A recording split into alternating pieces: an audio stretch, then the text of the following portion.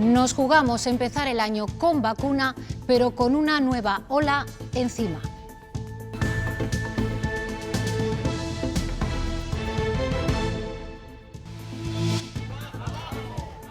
Toque de queda a la 1 en Nochebuena y Nochevieja y cenas con no más de 6 personas si no son convivientes. Es la propuesta del Gobierno a las comunidades autónomas para esta Navidad.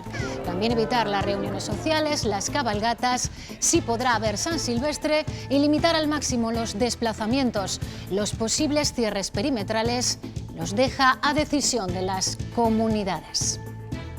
Las navidades son para pasar con la familia y no se van a poder juntar, y hay gente que solo se junta en esas fechas. Hay que ir con calma porque si no, al final la volvemos a liar, ¿no? Yo quiero hacer lo que sea mejor para todos. Ya celebraremos la Navidad al año que viene.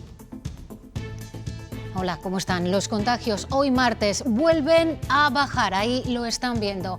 Hay que tomarlo con la prudencia a la que nos obliga este virus, pero hay que tenerlo en cuenta porque de la evolución de la pandemia depende el que las restricciones se vayan levantando. El umbral es una incidencia por debajo de 400 casos para que el 4 de diciembre reabra la hostelería.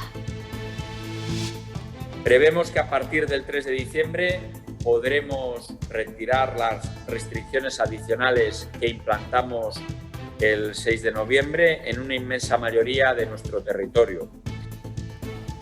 Después de las protestas de la semana pasada, los profesionales sanitarios se han sentado esta mañana con la consejera. Exigían que se retirara el decreto para reorganizar plantillas. Teresa Gavilán, ¿qué es lo que ha pasado? No ha habido avances en esa reunión porque los sindicatos no negociarán nada si la Consejería de Sanidad, si la Junta no retira ese polémico Real Decreto que regula sus condiciones laborales durante la pandemia. La Junta les ha dicho que el decreto no se puede retirar, pero que están abiertos al diálogo. Y para los sanitarios y los mayores en residencias irán las primeras 300.000 vacunas de Pfizer que se van a administrar en Castilla y León. Será en el primer trimestre del año que viene. El Consejo de Ministros ha aprobado hoy el plan de vacunación para España. Moncloa, Daniel de la Fuente. Sí, asegura Salvador Illa que el Sistema Nacional de Salud está preparado. La vacuna será gratuita y se administrará en 3 fases. En la primera de ellas, que va de enero a marzo, se espera alcanzar inmunizar a un grupo objetivo de 2 millones de personas.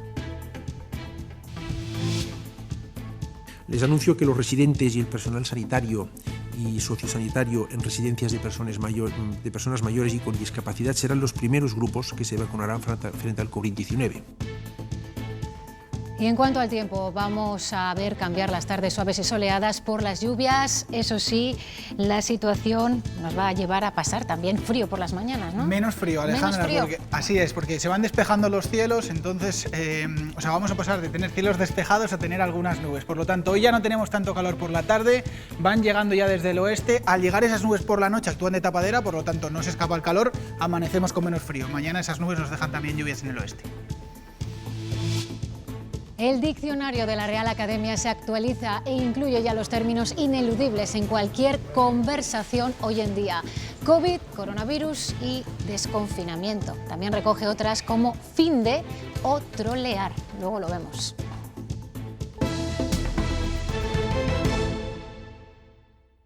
Nosotros normalmente nos juntamos 20 y tantos, este año pues, los de casa. Nosotros somos 9 y no nos vamos a poder reunir. Pues unos días 6 y otros días 6. Tenemos que ser serios con esto, porque hay muchos casos. Será una prueba de fuego porque en Navidad acostumbrábamos a hacer todo lo que ahora la pandemia nos prohíbe. Reuniones numerosas en espacios cerrados, efusividad a raudales y se trata de evitar que lleguemos a enero subidos en una tercera ola. El Gobierno pide medidas comunes a las autonomías y hace esta propuesta que hemos conocido hoy. Se retrasa el toque de queda tanto el día 24 como el día 31. El toque de queda será a la 1 de la madrugada y a cenar no se podrán sentar más de 6 personas si no son convivientes. En cuanto a las cenas y qué pasa con las comidas, pues también hay recomendaciones. José Ángel de Caso, Salamanca, cuéntanos. Así es, recomienda evitarlas en la medida de lo posible. Las reuniones que se limiten a lo que es el ámbito familiar y aquellas personas que sean convivientes. Si alguno es familiar también y no pertenece al núcleo, podría sumarse, pero siempre observando las estrictas medidas de seguridad, sobre todo teniendo muy en cuenta lo que es el lavado de manos, distancia, y si pueden ser, recomiendan al aire libre, muchísimo mejor.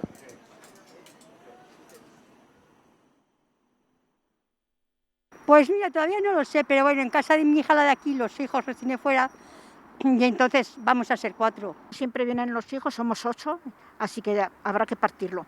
Una noche uno y otra noche otra. Y si vienen a casa, no los puedes tener en una jaula. El primer año, en 52 años que llevo de casada y 76 que voy a hacer, el primer año que lo vamos a pasar solos mi marido y yo. Y en esa propuesta que el Gobierno tiene que estudiar con las comunidades autónomas con las que se reúne mañana, se hace referencia también a los estudiantes, que se tendrán que preparar, José Ángel, para volver a sus casas con toda seguridad. Sin duda alguna, a estos les pide especialmente que observen todas las medidas de seguridad que se recomiendan en el transporte que vayan a utilizar. Además, que tengan especial cuidado, porque son las interacciones sociales que lleven, que las limiten, se eviten, si fuera José posible. Ángel, no tenemos comunicación no contigo, no es posible tener la comunicación con nuestro compañero de Salamanca, que nos estaba explicando que efectivamente en el caso de los estudiantes la recomendación que se hace desde el Gobierno a través de ese borrador es que los días previos a viajar a sus casas eviten cualquier tipo de contacto para poder llegar a sus casas con total garantía, y eso sí, que mantengan y que utilicen mientras estén en sus domicilios la mascarilla para evitar cualquier tipo de riesgo. Y seguimos adelante porque cada comunidad concretará, limitará, pero según este borrador que les estamos contando, aunque se recomienda evitarlos, sí que se van a poder celebrar eventos como cabalgatas y mercadillos. La condición de nuevo garantizar esas medidas de seguridad de las que estamos hablando y que nos están repitiendo continuamente, higiene y distancia. Se recomienda que las cabalgatas, por ejemplo, sean estáticas, de modo que se facilite el control de los accesos. En relación a las cabalgatas, lo que consideramos es que debe ser en circuito cerrado, por televisión, y debemos de evitar de todas las maneras posibles las aglomeraciones. ¿Cuándo lo sabremos? Pues yo creo que probablemente el miércoles por la tarde, después del Consejo Interterritorial. Pero antes de la Navidad está el puente y la duda sobre si podrá abrir la hostelería. La evolución de los datos hace pensar que los contagios van a seguir descendiendo. Lo vamos a ver con detalle en esta pantalla. En los últimos 20 días hay casos como el de Salamanca, que ha reducido a la mitad su incidencia. Estaba por encima de 1.000 y ahora en el entorno de los 500. También Segovia, que ahora mismo es la única provincia de la comunidad con una incidencia menor de 400 casos, en concreto 380 registraba ayer lunes. Esa cifra, menos de 400 positivos por cada 100.000 habitantes, es el umbral necesario, la llave, podemos decir, para reabrir la hostelería después del 3 de diciembre. Hay, por tanto, 10 días para que el resto de provincias que tienen las incidencias que ahí están viendo, hoy están así, lleguen a ese umbral. Prevemos que a partir del 3 de diciembre podremos retirar las restricciones adicionales que implantamos el 6 de noviembre en una inmensa mayoría de nuestro territorio. Hay provincias que van a entrar en niveles inferiores al nivel de alerta 4 en los próximos días, y eso nos va a permitir reiniciar la actividad en gran parte de estos sectores. Pues pese a estos mensajes, los hosteleros han vuelto hoy a tomar la calle. Las que ven son imágenes de Valladolid. Dicen sentirse decepcionados tras la reunión de ayer con la Junta. No ven ni un plan de ayudas directas definido ni una fecha concreta para recuperar la actividad, porque dependerá de la evolución de los contagios, aseguran. Siguen sin ver probable la reapertura para el puente de diciembre. Me encantaría equivocarme, me encantaría que nos abrieran el día 4 y me encantaría tener un plan, una hoja de ruta para poder decir a todos los hosteleros que tienen que comprar, que tienen que tener género y que van a abrir. Crítico con el resultado de la reunión de ayer también el líder del Partido Socialista, que reprocha a la Junta no tener un plan de desescalada.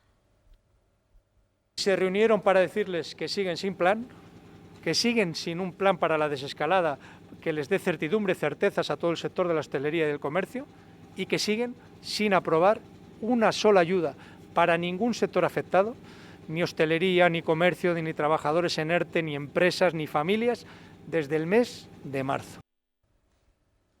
Y mientras la hostelería y la restauración siguen cerrados, los ciudadanos no resistimos a renunciar al contacto social que implica tomarse un café o una caña.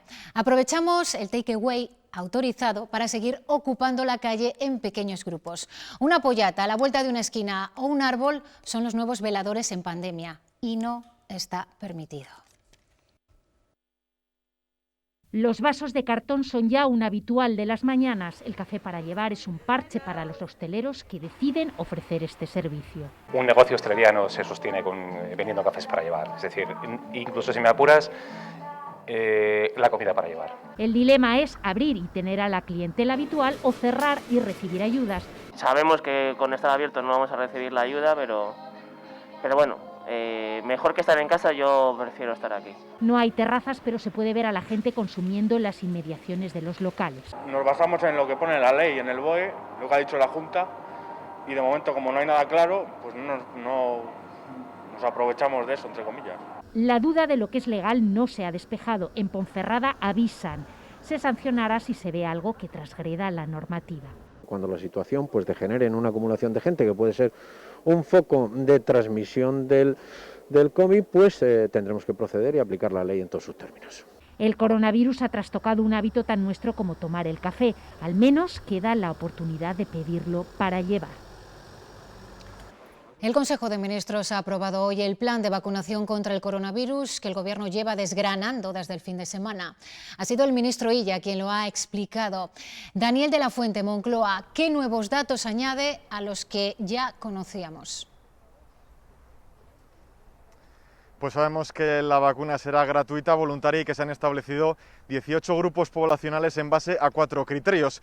Los primeros en vacunarse serán los residentes y personal sociosanitario de las residencias en el primero de los 3 tramos establecidos para esa vacunación. Ese primer tramo será de enero a marzo, el segundo de marzo a junio y en el tercero ya se espera haber inmunizado a la mayor parte de la población. El ministro Illa ha vuelto a reiterar la intención de conseguir esos 140 millones de dosis para poder llevar a cabo este plan de vacunación. Estos serán los primeros grupos de población en recibir la vacuna, tal y como recoge el plan del Gobierno. Que los residentes y el personal sanitario y sociosanitario en residencias de personas mayores y con discapacidad serán los primeros grupos que se vacunarán frente al COVID-19. Lo harán junto al personal sanitario y grandes dependientes no institucionalizados. Se prevé que lo hagan en una primera etapa en los meses de enero, febrero y marzo, cuando la estrategia contempla una cantidad más limitada de dosis.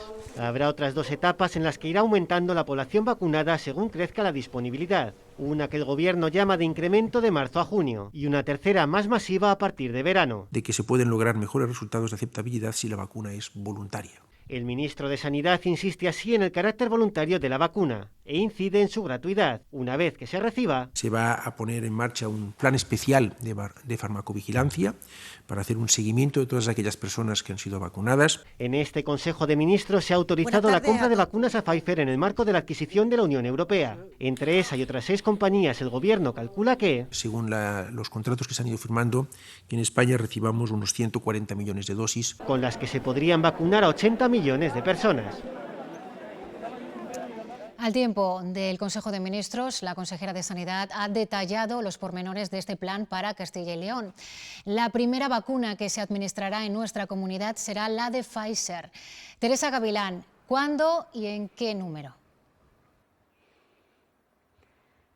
Esa vacuna llegará en el primer trimestre de 2021, entre enero y marzo, y serán inicialmente 300.000 dosis, 2 para cada persona que reciba la vacuna. La Consejería de Sanidad ha creado hoy mismo un grupo de trabajo para determinar cuáles serán los puntos de distribución de la vacuna y también la parte más complicada del plan de vacunación, cómo se transportará y dónde se almacenará. Las primeras personas que recibirán la vacuna serán los más vulnerables y posteriormente, a partir de marzo, serán los mayores de 80 años y también los sanitarios que no hayan sido vacunados inicialmente. La consejera de Sanidad detallaba de esta forma quiénes serán los primeros en vacunarse. En la primera etapa de vacunación, los grupos diana serán personas mayores institucionalizadas en residencias o centros de atención a personas con discapacidad. En Castilla y León son cerca de 50.000 personas precisando 2 dosis cada una. Y profesionales sanitarios y sociosanitarios de primera línea. Queda definir concretamente cuáles, que estimamos en 100.000 profesionales. Estos 2 colectivos acapararían ya las 300.000 dosis. La pretensión del Gobierno es un plan de vacunación único para toda España, pero Madrid y País Vasco, Daniel de la Fuente, ya amagan con desmarcarse con sus propios planes. Sí, desde algunas comunidades autónomas no gustó el anuncio de Sánchez. El problema no estaría en el fondo, sino en la forma, porque consideran que una estrategia tan única y tan esencial como esta de vacunación se debería haber consensuado con el resto de comunidades autónomas. De hecho, desde el Gobierno madrileño decía el consejero de Sanidad que no tiene sentido presentar tan pronto este plan porque de aquí a enero puede variar la situación y el virus. Desde País Vasco también Urkullu decía que no está contento con las formas del Gobierno. No me acabo de acostumbrar a esta manera de proceder del presidente del Gobierno español, de anunciar planes en algo tan serio como, por ejemplo, en este caso, las vacunas, sin contar con las comunidades autónomas, con sus presidentes. En Zamora, los sanitarios han vuelto a protestar esta mañana contra el decreto del Ministerio de Sanidad que permite contratar a médicos sin especialidad. Han sido convocados en todo el país por la Confederación Estatal de Sindicatos Médicos. Este decreto valida a su vez el de la Junta. Los médicos están hartos de que se decida sobre el futuro de su profesión sin contar con ellos. Este decreto está vulnerando unos derechos y sobre todo formación. Exigimos formación de los médicos que atiendan a los pacientes.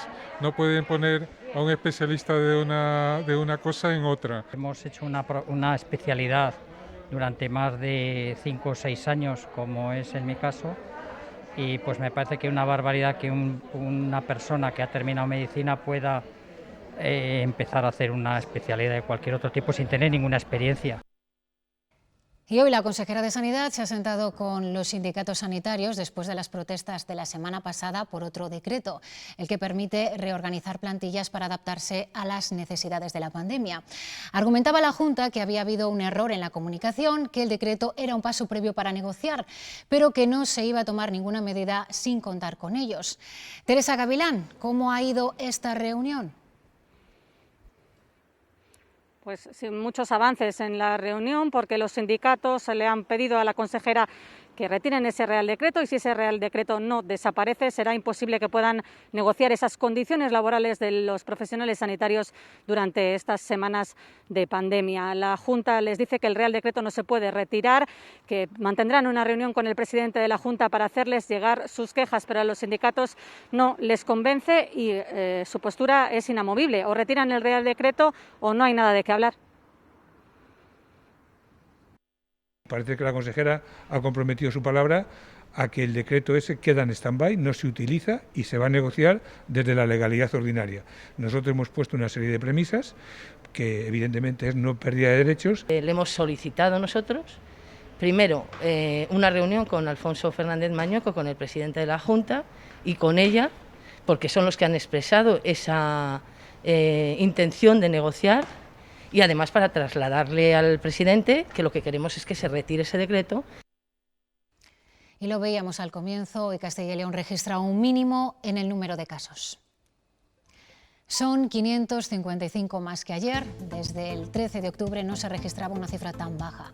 Solo Valladolid y Burgos superan los 100 casos en las últimas 24 horas. Un día más, la cifra de fallecidos se mantiene muy elevada, con 27 muertos en hospitales y 10 en residencias.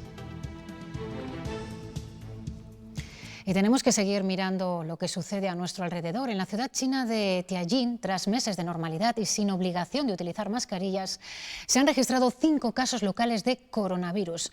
Para nosotros, esa cifra de contagios en una ciudad de 11 millones de personas sería ridícula, pero allí se considera motivo de alarma y las medidas son estrictas.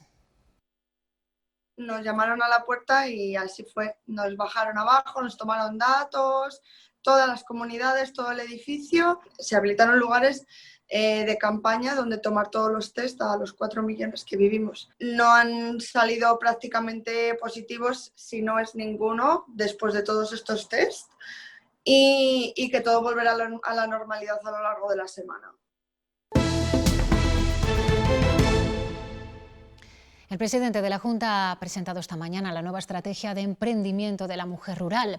Tiene 50 millones de presupuesto y 30 medidas para los próximos 3 años, para lograr que al menos el 30% de los jóvenes que se incorporan al campo y a la industria agroalimentaria sean mujeres.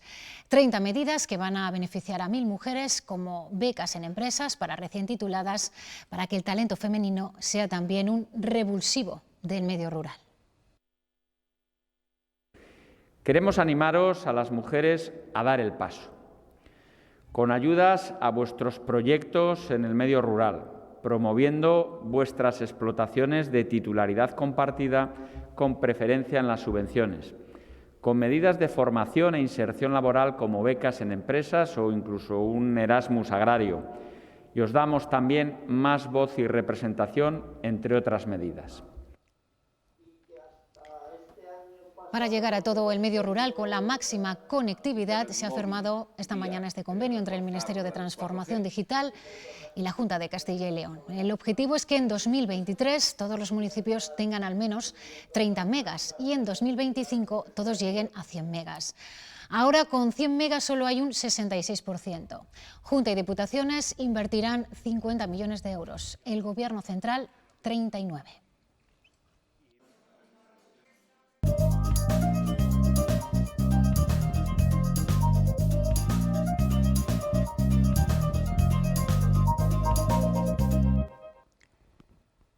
Todos los caminos de los fondos europeos de resiliencia pasarán por Pedro Sánchez. Según el borrador de decreto, será la Oficina Económica del presidente la que tenga el control último del reparto de este dinero.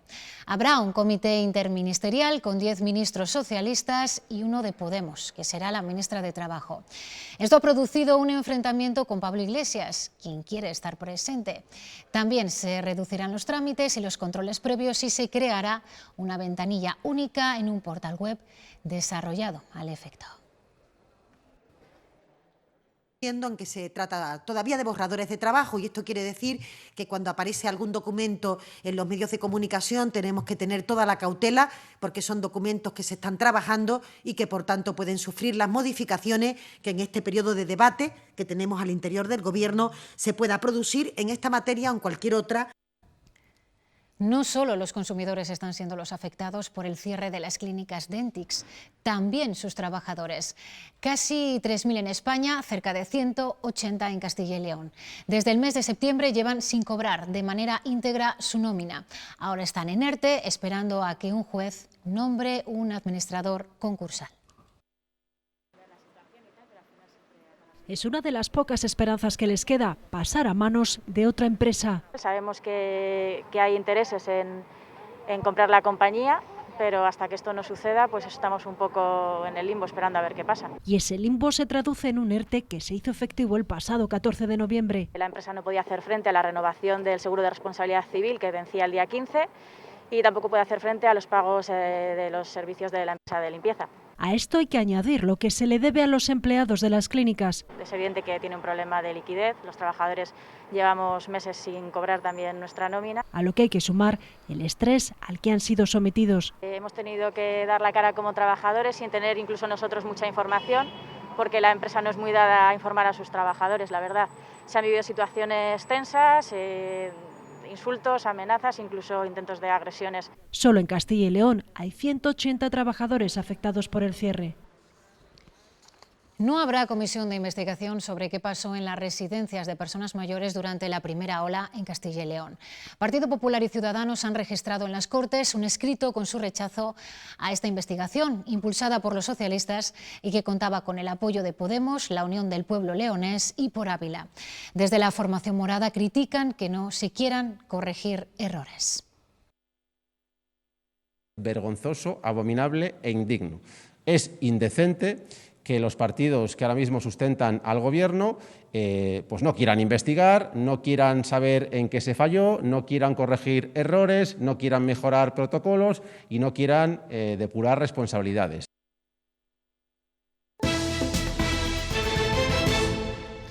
En plena polémica por el apoyo de Bildu a los presupuestos, el presidente del Gobierno se reúne a estas horas con el patronato del Centro Memorial de las Víctimas del Terrorismo. Un encuentro que llega después de que un parlamentario de Bildu condenara el atentado en el que murieron los guardias civiles Carlos Sáenz de Tejada y Diego Salva. Estas palabras las pronunciaba delante del padre de Diego Salva, que es diputado por Vox.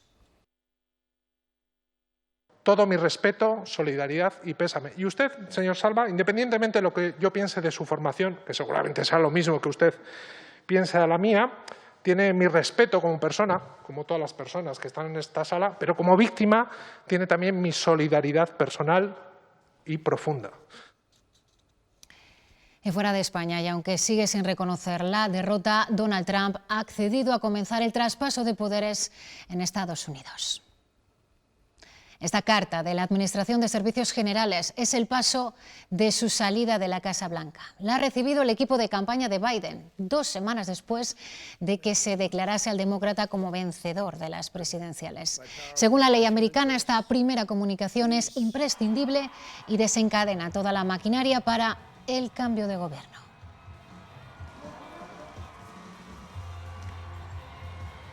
Volvemos a Castilla y León. En la audiencia de Segovia se juzga a un hombre por un delito de abuso sexual. El fiscal pide para él 7 años de cárcel.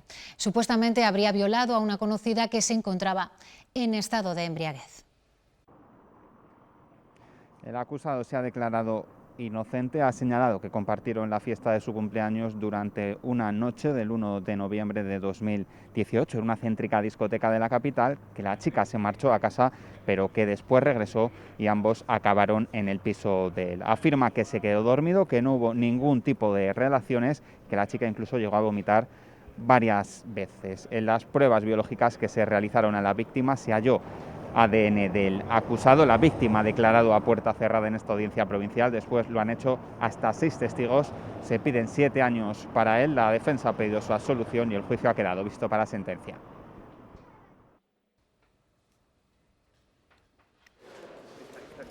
El Ayuntamiento de Valladolid renueva un protocolo con el que pretende dar seguridad a las víctimas de violencia de género. Se trata de una colaboración entre Policía Nacional y Municipal, en la que esta última mantendrá su acceso al programa Biogen para dar respuesta a las denuncias de este tipo. Estos protocolos lo que vienen a hacer es repartir las tareas de protección a las víctimas de la violencia de género. Son más de 2.900 en Castilla y León y más de 500 en la provincia de Valladolid. El nuevo fiscal superior de Castilla y León ha tomado hoy posesión de su cargo. Dice Santiago Mena que tiene un contrato ético con la ciudadanía. Pide que se dote de más medios personales y materiales. Quiere crear secciones especializadas. Solo será posible si la Administración responsable de gestionar y dotarnos de medios humanos y materiales, en nuestro caso el Ministerio de Justicia, lo hace y aporta los suficientes. El Instituto Anatómico Forense de Madrid cambia de sede tras 40 años de autopsias y actividad. Su nuevo destino será la Ciudad de la Justicia de Valdebebas. Nos hemos acercado hasta el edificio de Ciudad Universitaria para observar cómo son estos últimos días allí y ver de cerca el trabajo que se realiza en sus distintos departamentos. Por estas manos, por estos laboratorios, han pasado los últimos instantes de muchas personas. Después de 40 años, el Instituto Anatómico Forense hace las maletas para trasladarse a Valdebebas. Se va a convertir en un referente español y europeo, donde contamos con las más modernas tecnologías. Uno de los que celebra este cambio es el doctor Eduardo Andreu, que tiene más de 30 años de experiencia a su espalda y que huye de estereotipos. Bueno, la gente nos valora como gente que a lo mejor somos más siniestra, más grises, más, no sé, más tristes incluso, pero el médico forense es todo lo contrario, es una persona que es muy vitalista porque está muy cerca de la muerte. Estas instalaciones funcionan las 24 horas del día, los 365 días del año, con unas 2.500 autopsias anuales. Habitualmente ingresan diariamente 6, 7 u 8 cadáveres. Cada cuerpo que llega pasa un proceso muy minucioso con una estricta cadena de custodia. Depende muchísimo del tipo de caso que nos llegue, pero sí, generalmente es un trabajo que lleva tiempo. Todo ello al servicio del Poder Judicial para resolver las cuestiones esenciales en los distintos casos. ¿Quién es? ¿Cuándo murió? Y la forma y circunstancias en que murió. Por aquí han pasado casos como los atentados del 11M, el accidente de Spanair o la tragedia del Madrid Arena. Ahora toca guardar esas miles de historias y documentos fotográficos para comenzar una nueva etapa.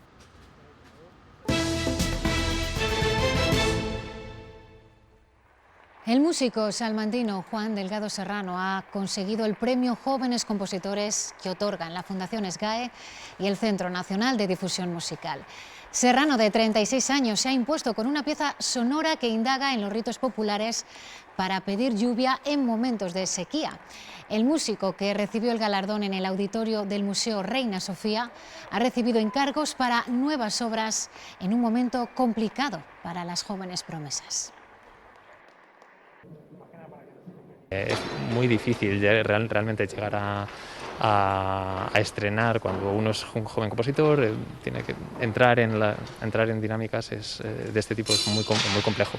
Para mí es una alegría enorme haber recibido junto con este premio el encargo de nuevas obras.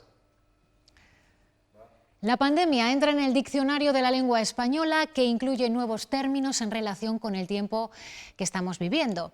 Decir, por ejemplo, tendremos un desconfinamiento en fin de, es correcto. El diccionario de la RAE incluye las palabras COVID, coronavirus o desconfinamiento. Pero también aparecen otros términos ajenos a la pandemia, como fascistoide, fin de o macho alfa, que alude al macho dominante en un grupo de animales sociales. En total, el diccionario ha incluido 2.557 novedades.